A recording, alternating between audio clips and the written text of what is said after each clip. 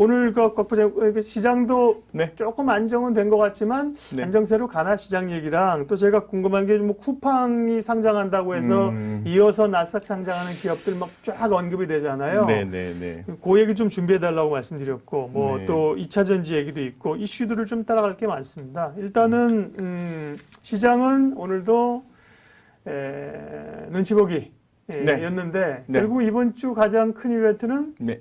FOMC죠? FOMC입니다. 네. 네. 뭐, 사실 우리가 매일같이 말씀드리고 있는 게 시장 흐름에 대해서 따라가고 있는 거죠. 그래서 이번 주에 최고의 관전 포인트는 미국의 FOMC에 눈이 쏠려 있다라고 좀 말씀을 계속해서 드리고 있어요. 그래서 현재 지금 잘 아시는 것처럼 이 미국의 이 파월 의장 같은 경우에는 시장 안정화 스탠스에 다소 좀 소극적인 입장을 좀 취하고 있는 거죠. 거기에 비해서 유럽 같은 경우에는 또 국채 매입을 한다든가 해서 적극적인 또 스탠스를 또 취하고 있는 상반된 모습을 좀 기존에 연출해주고 있습니다. 그래서 이번 회의에 과연 관련한 스탠스 강화가 어떻게 될 건지에 대해서 좀 볼 필요가 있어요. 따라서 이제 금리의 어떤 방향성, 그리고 방향성이 있겠지만 또 강도, 이런 부분에 대해서 체크해 볼 수 있는 한 주가 되지 않을까라고 생각하는데, 아직까지는 긴축 전환 가능성은 뭐 낮습니다. 상당히 낮게 볼 수 있는데, 그래도 항상 그 가능성이라는 것은 우리가 생각을 하고 가야 되기 때문에, 네. 만약에 미국 시장에서 이제 긴축에 대한 얘기가 만약에 나와준다면은 좀 시장이 좀 불편할 수 있다. 네. 이렇게 좀 말씀을 좀 드릴 수 있을 것 같습니다. 예. 네. 그러면요, 긴축 얘기 나오면 시장 표현이 좀 그렇지만 박살날 수 있는데 그런 얘기 꺼내지 않겠죠? 쉽지가 않죠. 대책을 내놓지 않을 건 있는데요. 긴축이 아니라 기역점만 얘기해도 경기를 잃을 텐데 네. 시장에서 원하는 조치를 내놓을 것이냐가 관건인데 네. 그러니까 오퍼레이션 트위스트라든지요. 네. 혹은 시장 수익률 일드 커브 컨트롤 가봐야죠. 안 내놓을 걸로 보는데 네. 시장에서 어쨌든 그게 가장 큰 이슈이고요. 네. 미국의 올해 성장률이 중국의 성장률을 추월할 수도 있다라는 얘기가 나오는데 이거는 네. 어떻게 해석을 해야 이런 됩니까? 기사 네. 플로우가 나왔어요. 저는 여기에서 큰일 났다, 좋다 이런 개념보다는 네. 이 기사를 통해서 우리가 투자 포인트를 한번 이렇게 찾아내 보자라는 개념으로 이 기사를 좀 가져왔는데요. 올해 미국 성장률이 45년 만에 중국을 앞질렀다. 계속해서 성장률을 앞지르기는 어려울 것 같아요. 중국의 성장률이 바닥권에서 계속해서 올라오고 있는 상황이기 때문에 상당히 좀 추월했기 때문에 계속해서 미국의 성장률이 중국의 성장률을 앞설 거라고 보고 있지는 않는 것 같습니다. 하지만 분명한 것은 미국의 경제 성장률이 지금 골드만이나 JP 모건 같은 경우에도 각각 6.9, 7.4를 게시를 하고 있으니까 대단하다고 네. 말씀드리고 중국의 목표치 6% 이상 훨씬 뛰어넘는 경우죠. 그래서 지금 현재 잘 아시는 것처럼 미국의 백신 보급이 지금 빠르게 진행되고 있지 않습니까? 그래서 슈퍼 부양책이 이제 시행이 되는데 백신 얘기 나왔으니까 제가 약간 여담으로 좀 말씀드리는데 저희 와이프가 병원에서 근무를 하거든요. 네. 최근에 백신을 맞았어요. 의료진들이 좀 먼저 맞으시니까. 한 3일 끙끙 앓았어요. 그래서 물론 이제 3일 뒤에는 괜찮았긴 합니다만은 네.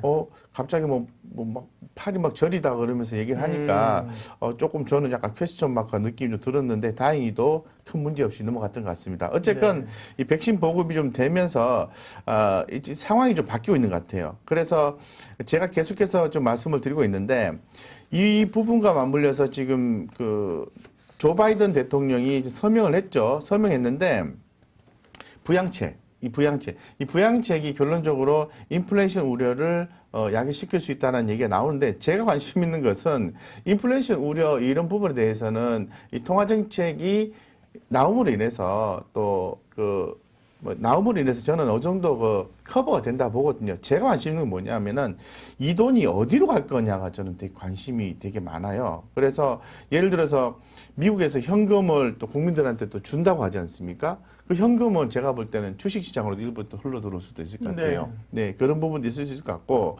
또 지금 최근에 제가 또 서서히 또 강조를 또 드렸던, 오늘 좀 새롭게 나온 따끈따끈한 이슈입니다. 섹터입니다. 해서 말씀드렸던 게 인프라 쪽이에요. 현대건설기계라든가 진성 TC라든가 이런 종목들을 말씀드렸지 않습니까? 그래서 두산인프라코어는 좀 약하긴 합니다만은 어쨌든 인프라 쪽의 법안이 이제 추진이 이제 되는 거죠. 그래서 이런 부분에서 앞으로 좀 관심을 좀 가져야 되겠다는 생각을 많이 좀 가지고 있고요. 그리고 이제 백신이 쭉 보급이 되다 보면은 이제 그 여행 심리가 되살아난다고 볼 수 있어요. 그래서 투자 포인트는 제가 볼 때는 여행주, 항공주 계속 말씀을 드리고 있는데요. 너무 잴 필요 없어요. 어차피 실적 안 좋아요. 이 실적 안 좋고 주가 변동수 있는데요. 지금 현재로서는 이제 기대감과 앞으로 경기가 풀리면은 이런 부분들이 당연히 활성화될 수밖에 없기 때문에 더불어 카지노주 쉬었다 가고 이러고 있는 거거든요. 근데 제가 상담하면서 느낀 게 뭐냐면은 계속 엉뚱한 데서 계신다는 거예요. 엉뚱한 데서 고민만 하고 엉뚱한 데 계세요. 그러지 마시라는 거죠. 그 포트폴리오를 현재 흐름에 딱 맞추어서 가자고 말씀드리면서 미국의 45년 만에 중국 앞지른 이 경제 성장률에서도 우리의 투자 포인트를 찾아볼 수 있다라고 다시 한 번 더 강조드려서 말씀드리겠습니다. 네. 물론 이제 기저도 있겠죠. 기저 효과. 미국이 지난해 이제 워낙 안 좋았으니까요. 거기에 따른 기저 효과도 있을 거고요. 미국이랑 중국은 이제 성장률이 이제 기본적으로 다를 수밖에 없습니다. 개도국은 성장률이 이제 높은 거고요. 선진국으로 갈 수 있도록 이제 구체적인 용어를 쓰자면 좀 자본의 한계 효율이 떨어지기 때문에 성장률이 낮을 수밖에. 선진국으로 가면 성장률이 낮은 건데 어쨌든 미국이 그만큼 회복이 빠르다는 거고. 의료진들이 주사 맞고 아까 그 사모님도 의료진이신데 맞고 굉장히 힘들었다 그래가지고 제가 네. 그리고 타이레놀을 먹는다면서요. 그래서 타이레놀을 먹는데요. 그거는 제가 처음 들어봤어요. 네, 왜냐하면 그게 그 진통이 심하고 그렇기 때문에 타이레놀을 먹는 걸 또 권고한대요. 그래서 제가 그 주사 맞고 그래서 제가 타이레놀 관련주를 사야 되는 거 아니야? 제가 우스갯소리로 지난주에 했는데 실제로 타이레놀 관련주들이 얘기가 언급이 되네요. 근데 뭐 많이 오르진 않는데 미국에서 이제 타이레놀 존슨앤존슨 이제 계열에서 국내에서는 뭐 바이넥스, 녹십자 이런 얘기가 되는데 그게 큰 빅 이슈는 아닌 거고요. 그런 시장은 뭐든 간에 스토리를 가지고 간다. 네, 그게 말이 되면 가는 거고 안 되면 이제 멈추는 거고요.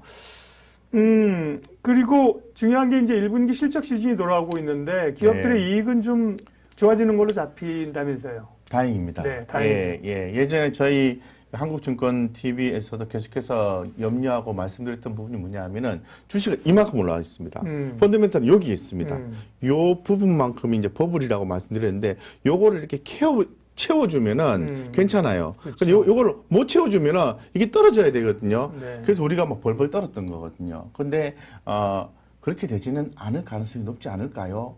이렇게 좀 말씀을 많이 좀 드렸는데, 어떻게 보면은 좀 막연하게 말씀드린 것도 없지 않아 있어요. 솔직히 말씀드리면.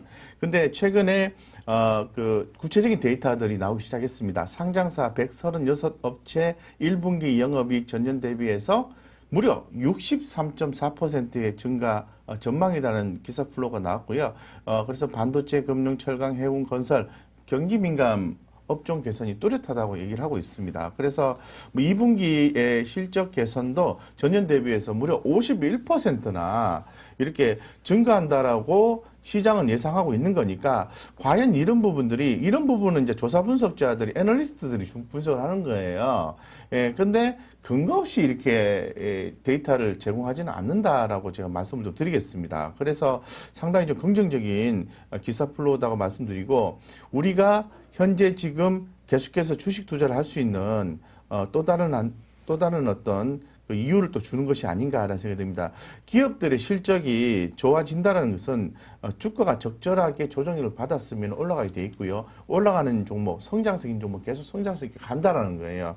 그런 부분 때문에 계속해서 좀 주목을 좀 하셨으면 좋겠다고 말씀드리고 그러면 성장주 주목해야 되나 이렇게 생각할 수 있잖아요. 실적 개선주, 성장주 주목하셔야 됩니다. 더불어서 아까도 말씀드렸습니다만 금리의 상승 트렌드는 당분간 이어질 가능성이 높다고 합니다. 하기 때문에 지금 그 은행주에 대해서 지금 은행주도 상당히 많이 올라왔어요. 뭐 정고점까지 올라왔는데 제가 최소한 하나 정도는 포트에 좀 담으시죠 해서 말씀드렸던 게 하나금융지주인데요.